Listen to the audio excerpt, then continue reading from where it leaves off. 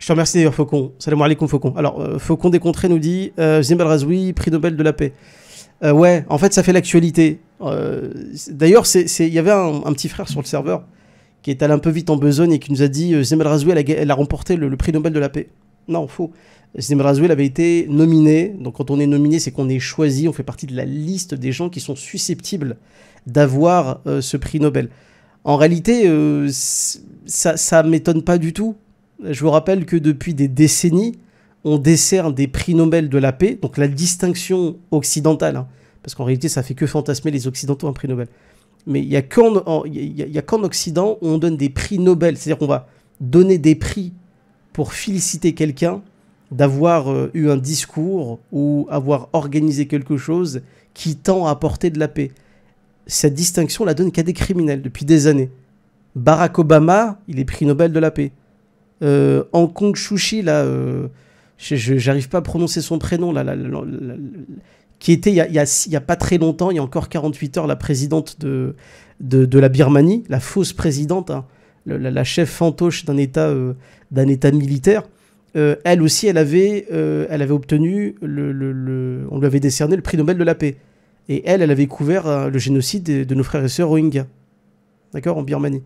Barack Obama, pareil. Il n'y a jamais eu autant de débuts de conflits, de massacres sous l'ère Obama, quasiment dans toute l'histoire des États-Unis. Donc aujourd'hui, n'importe qui peut avoir ce prix Nobel de la paix. C'est donné à tous les abrutis, à tous les gens qui, soi-disant, ont une parole courageuse et qui défendent.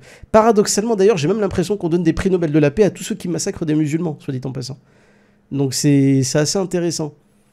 Et d'ailleurs, Aung San Suu Kyi, là, elle a été virée, il y a eu un coup d'état, elle a été foutue en tôle. C'est bien fait pour sa gueule d'ailleurs, soit dit en passant. Aucune compassion pour elle.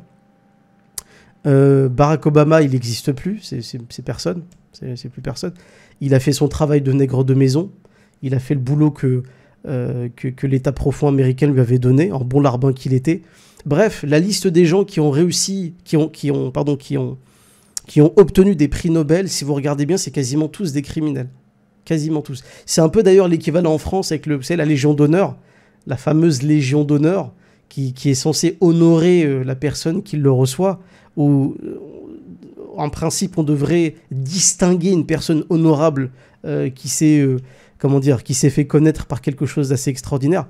Tous les criminels, les pédophiles, les mecs qui ont fait des agressions sexuelles, des chefs d'État corrompus, style des chefs d'État arabes qui ont massacré leur peuple.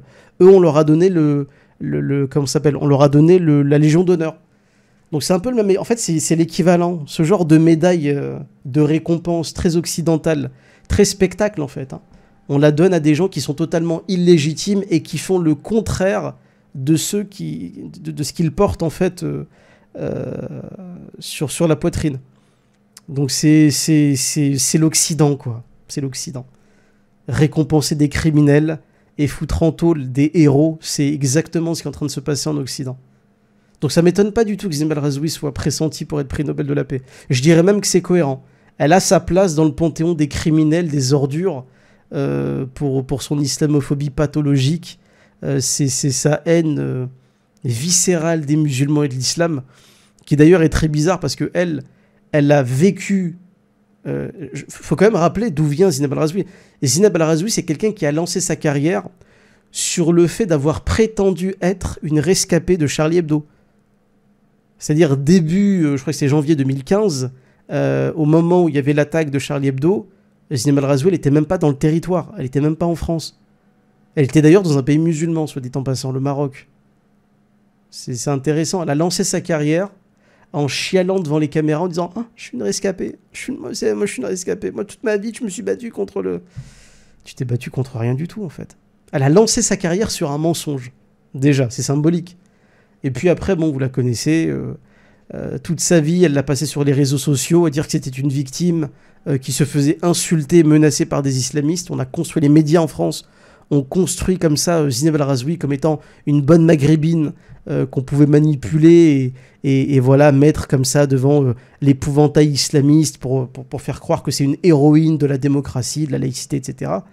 Et il faut voir les phrases qu'elle a pu balancer à la télévision, où elle parlait de tirs à balles réelles sur des jeunes, où elle se prenait en photo avec des guns, avec des flingues, où elle a accusé d'ailleurs notre frère Idrissi Hamedi, qu'Allah le préserve, le président de Baraka City, de l'avoir harcelé, d'avoir pratiqué sur elle un cyberharcèlement. Ce qui est absolument faux, d'ailleurs tellement faux que toutes les personnes qui ont intenté un procès contre Idrissi Hamedi pour cyberharcèlement ont tous perdu leur procès. 3 procès, 3 victoires. Donc Zineb El Razouy, en fait, tout ce qu'elle est faux. Et ça, on peut même aller plus loin. C'est peut-être un peu gratuit ce que je vais dire, mais je vais même aller plus loin. Et Zineb El Razouy, ses convictions, les convictions qu'elle défend sont fausses. La carrière qu'elle a lancée en prétendant être une survivante de l'attaque de Charlie Hebdo est faux. D'accord ? Mais en plus de ça, même sa tronche est fausse. Je veux dire, physiquement, quoi. Elle a tellement fait de chirurgie esthétique qu'on dirait même pas elle. Vous voyez ? Elle a été... D'ailleurs, ça colle parfaitement sur la symbolique, elle est magnifique. Elle est fausse à l'intérieur, mais elle est tellement fausse à l'intérieur qu'il fallait aussi gommer sa fausseté avec, voilà, avec le bistouri, etc. Donc elle est fausse partout, Zineb El Razouy. Donc il la nomme prix Nobel de la paix, mais je le souhaite. Je souhaite qu'elle soit nommée prix Nobel de la paix. Comme ça, elle aura toute sa place dans le panthéon des hypocrites et des criminels du XXIe siècle.